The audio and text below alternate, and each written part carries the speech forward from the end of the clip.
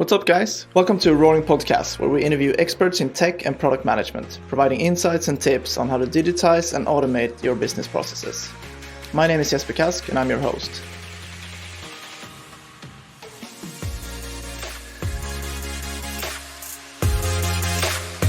In this episode, we dive into the unknown, discussing innovation with Noelia Almanza.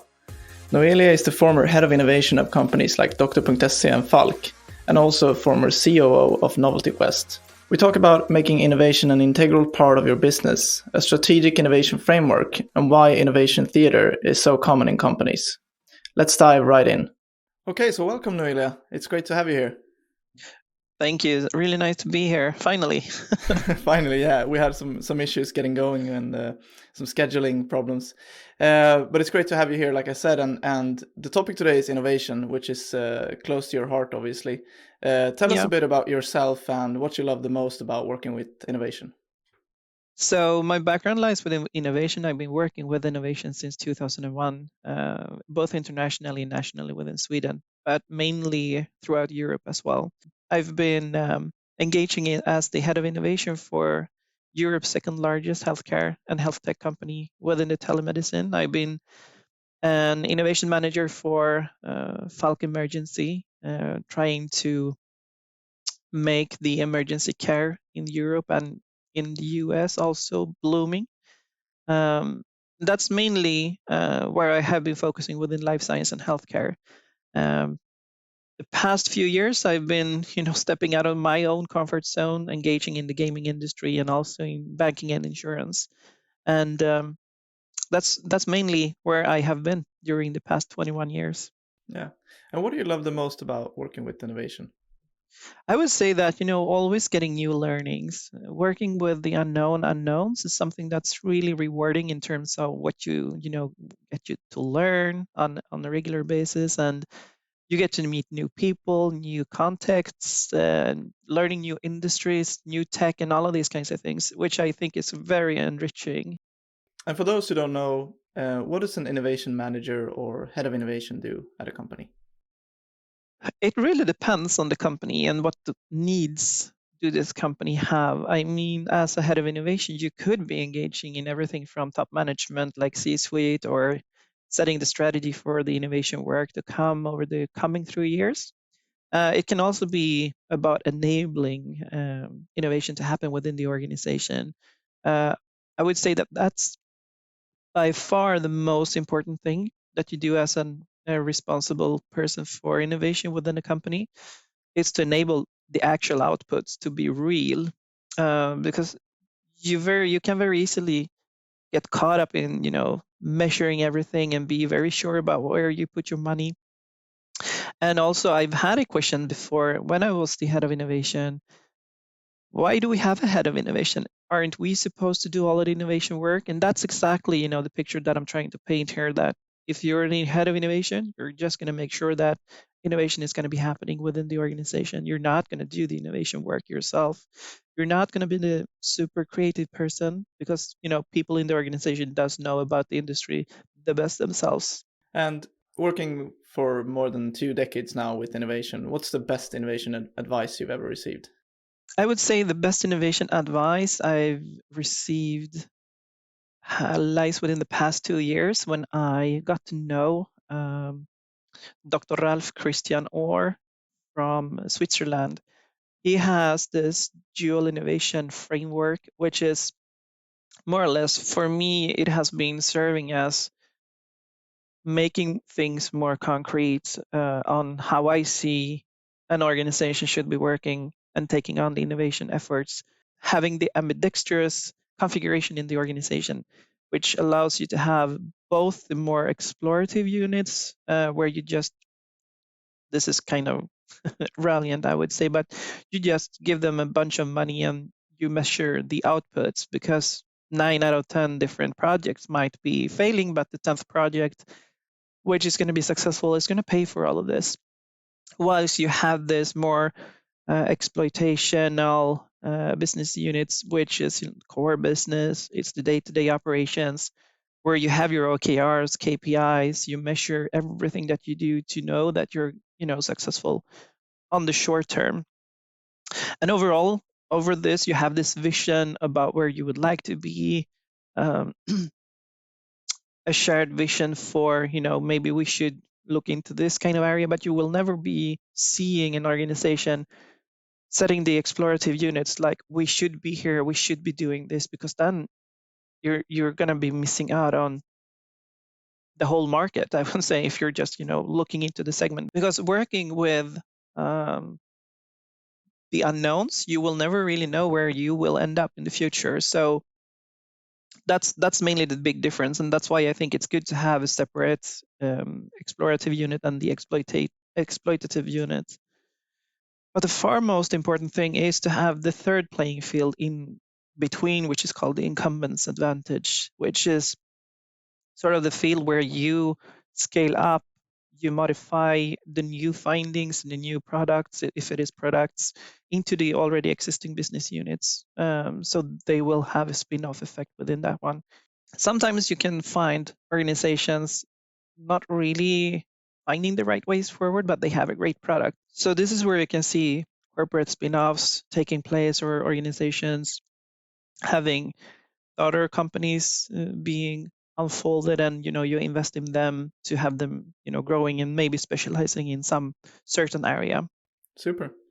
And you received a lot of attention for an article which was published in Sifted last year, using the phrase innovation theater to explain a phenomenon which is a huge challenge and problem in companies. Could you explain what that means and how this phenomenon is a problem? Yeah, so the article that you're mentioning was something that I would never have expected to happen to me. There is this person, Søren Nielsen in Denmark, who has been writing about innovation theater since before, so it's kind of an established concept.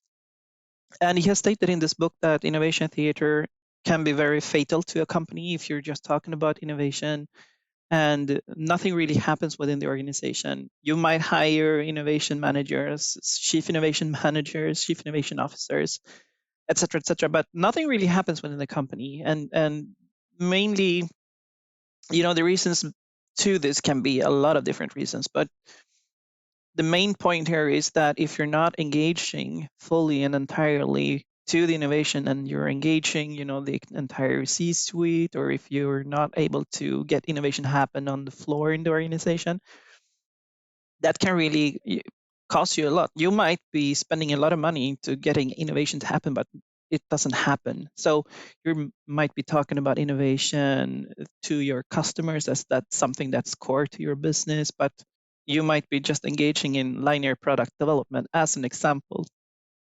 So what I did, I took this very much to myself when I read about it, and then I said that innovation theater is not only lethal to companies and organizations, it can also be super dangerous to the innovation managers, because as an innovation manager, you will be finding yourself with your personal brand. You're there to do something, but if you're not enabled from the executive board, or if you're not enabled from your closest managers like the CEO or the group CIO, it might be, then you're going to be there, you're going to be the head of innovation, but you can't do anything about it. So that's when it becomes so critical for you as an innovation manager to actually be able to drive innovation efforts, initiatives, to have something coming out of it. Because if you don't have any inputs, you're not going to have no outputs either. And that's something that I was talking about in this article, and how hard it has been to get this to happen, especially within the more regulated industries such as healthcare, life science, banking, and insurance, as an example, where a lot can be found to be at stake. So it becomes hard to actually invest into the innovation efforts that you want to be driving, because you've seen something, or the streams from a particular market, or something like that. And what happened when this article in Sifted magazine was published was that I gained a global response to it. I had people calling from New Zealand, from Australia, from Singapore, all the way to Peru on the other side of the world. I was talking to Ford X innovation manager. I was talking to Siemens general director for the energy part. I was talking to so many different people, and all of the people were expressing their same frustrations. So this is not an uncommon thing within the innovation world throughout the entire globe. And we are all so aligned on that. This is a real threat to us as innovation managers. It's important to make sure that you as an innovation manager also gets acknowledged for your profession, because it's not easy. Most of the persons engaging as innovation managers within an organization comes from within the organization or from another organization, having a lot of experience and insights from a vast amount of different industries, and they've seen a lot. They've seen many things that hasn't been working out, and they have seen many things that have been working out. So taking this mixture and putting it into an organization can actually be something that's going to save you, and you have to have faith in them. You have to believe in them. But up until today, there is not really an academic degree for innovation managers, and this article that I was talking about actually states that if we can get a more structured way that we look upon the innovation managers, and that they have a formal degree in some way, a diploma or whatever, that's going to create sort of a market benchmark on what an innovation is supposed to know, supposed to do, and all of these kinds of things. And that's when the ISO standard 56000 comes into play, because that's a very good framework for how to manage innovation. It spans from innovation maturity indexing within an organization, and also how to configure the innovation efforts or project funnels, and how to measure the inputs and outputs in some way. And obviously, this message in the article resonated with a lot of people in the industry, like you mentioned. And but what change is required in order to fix the problem of innovation theater? I would say that the most important thing to make innovation happen, and to have this acknowledgement as an innovation manager, because you're actually hired to do something in an organization. But it's weird that so many company boards and executives, they will go on and hire you, but they won't be enabling you to do what you're there to do. This is also the most important thing, I would say, to have innovation actually happening within the organization, is to get the company executive board to understand the how to do innovation. And that's on the innovation manager's side, I would say. But you got to ask them, why am I here as an innovation manager? Why did you hire me? What am I here to do? To get them to answer this question on their own. They need to understand that there is a sense of urgency here, because when I was talking to an international and super global company in so many different industries, but from within firefighting, emergency care, security, they were talking about, yeah, we can't really work with innovation because we need to focus on the core business. That's one thing. And we need also as a company to make sure how to stay competitive on the market for the future. And that's where I usually, ask the company executives, like, wouldn't you say that your right of existence in the market should be part of the core business? Or wouldn't you say that that's one of the tools to stay relevant on the market, to be there in the future? This is very provocative, I found out, but it's very fun to ask this question, because I know that a lot of company knows that this is the right way forward, but then again, it's going to be about to dare to drive innovation forward and use innovation as a tool. Innovation is not a thing. Innovation is a tool to find, the right ways forward into the future. And how do you create an organization looking beyond the sort of acknowledgement of innovation managers and what they're supposed to do, and giving them the tools to do their work properly?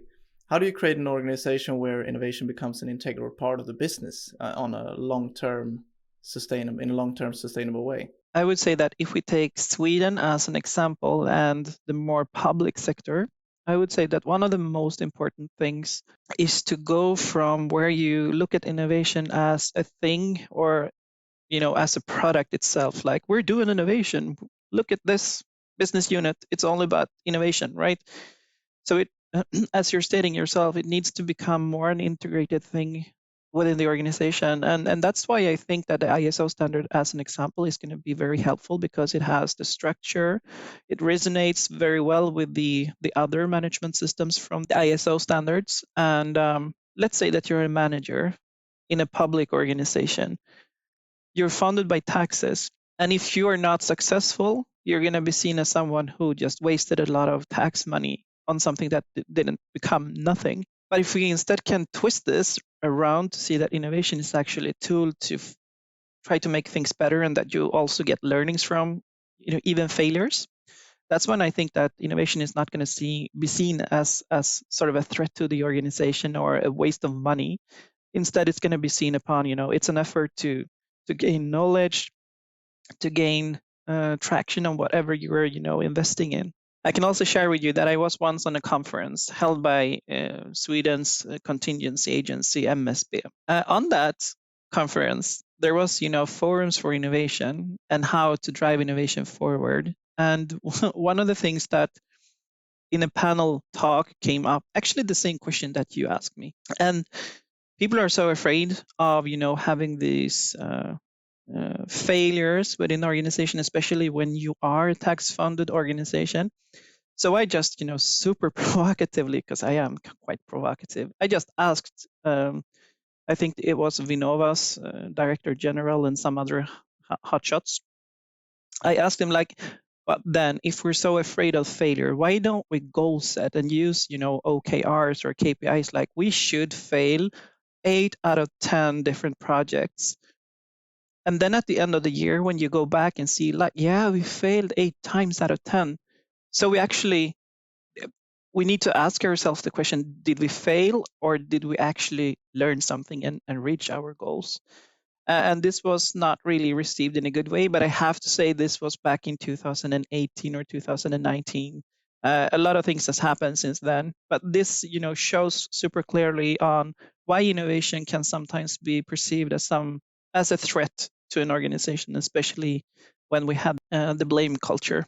And one of the things I wanted to ask you about that we're seeing, we have a lot of customers in banking and finance, for example, and a lot of the especially the banks are struggling with providing these sort of new intuitive digital customer journeys and really innovating. Is that mainly, do you think, because of legacy and the structure of the companies? If we're talking about insurance and banking, I would say that it's a heavily legacy-driven industry, to say the least. If you just compare them to the fintech sector, there's a huge difference. And if you're working as a company towards this kind of industry and having both of these worlds, like the fintech world and the more traditional banking world, you can see the very tremendous difference between these. And when you are working in this industry, you need to understand this, and you need to, get to the root of the issues, why companies are so driven by legacy. And I think that one of the answers to that is that the lawmakers and the regulations from within that industry hasn't changed a lot over the past 10, 15, 20 years, which also makes it hard for the organizations themselves to provoke this kind of change, because it can many times be connected to, fines and a lot of money that you have to pay for, breaking some laws or, crushing some rules. And I think this is also hindering them from proceeding with what they would like to do. You have other regulations such as the GDPR, if we're talking about Europe, or HIPAA, if you're talking about the States, and anti-money laundering. You have to have your know your customer thing, and it's hard to innovate on those kinds of things. That's when I think that you, as if you're a private banking company or if you're just a normal bank, you have to see the customer side of it. Where could the customers be benefiting the most? And, try to put your efforts mainly there. If you have automation as something that you want to achieve, then how could you use innovation on the more, how could I put it, like the back end side of, or the back office side of the applications, for an example, so that the customer doesn't have to do all the work, him, her, or themselves. Having said that, we also we have to remember that innovating on a tech product is not only about innovating the tech product itself, but it can be about the processes around it. It can be about the process on how you manage your day-to-day banking errands. It can be so many things where you can be innovating and making it so much easier for the users. You don't have to have, the latest technology. It can be a good thing to have the latest technology because it's going to make it easier. But if you're looking into automation or AI or new ways in using already existing technology, this is where innovation actually it has the biggest impact. If you take already known about technology and implement it to somewhere new where it's not been really used before, and that's where you create new values, and that's how you can say that you're actually successing in contributing to the innovation within the company. Mm. And we see a lot of banks, if we sort of stick to them for now, we see a lot of them either acquiring new sort of fintech startups or creating innovation hubs within the company or new companies outside of the bank itself to sort of get past this innovation issues. In your opinion, what's the best way to go? I would say that when you are setting the innovation strategy, you need to have at least figure out different ways forward in your innovation efforts. If you're not able to drive innovation efforts yourself as a company, mergers and acquisitions is very by far best way forward in achieving innovation, achieving or merging with new capabilities, new mindsets, even new technology. And then if you implement it into your, as we were talking about, that would be more of the exploration unit, but you will implement it into your day-to-day core business operations. That's a very, very good way forward. So I'm just so much pro that, because that's how you can also know that you're investing into something that's already working, right? It's already proven to work because the company is most of the times a very successful company, especially within the tech industry. And that's why I think that we can see so many mergers at the moment and acquisitions. Mm. And how much is innovation a cultural thing, in your opinion? 100%, I would say. That's a straight up answer. Because it's going to be boiling down to the mindset of the people within the organization. Connecting back to what I was recently talking about, like the punishment culture in the company. If you don't have that, and if you see every mistake, every failure as an actual success, you're going to be seeing yourselves moving slightly further and further into this new culture where you can see innovation as an enabler. You're going to get a higher level of creativity in the company. People are going to find themselves to have a higher psychological safety kind of experience within the company. And you have to know that everything that you do that counts for something. It's the things that you don't do in the company that are, fatal, I would say. Um, and if you are able to, as a company, allow this to happen, you're going to be successful. And this is the culture. Hmm. And what's your best tip to companies looking to get going with a strategic focus on innovation? I would say that you as a company, you should have a clear vision on where you would like to be the coming years in the market, how relevant you would be, and more or less if you're going to turn into a tech company, which most of the companies are doing today, or if you're just going to be focusing on one area where you would like to become the number one. Um, Having said this, I think the strategic mindset here would be like, are we going to be a vertical company or are we going to be all over the place, right? And then to have the strategic planning to the innovation is to not measure it too much, just benchmark it to your vision. Does this correlate to the vision that we have and where we want to stand? This might sound very contra-intuitive because you as a company and a management board and owner for a company, you would like to work with the knowns and also being able to track this. And this is where the dual innovation framework comes in very handy, where you can resource allocate in a total different way, having these explorative units and having the exploitation units separated, and having this third playing field in between where you can scale up, scale in, modify. So everything that you find out in the explorative units becomes something that you actually can be using within the exploitation unit and your core business day-to-day work. Well, super. That's it for today, and I really appreciate having you on, Noelia. It was great talking to you. It was really great. Thank you so much for inviting me here. You've been listening to an episode of a Roaring podcast by Roaring.io. Feel free to share it with your friend, colleague, or peer if you liked it. If you wish to stay connected to us, don't forget to subscribe to the show. Thanks for tuning in. Until next time.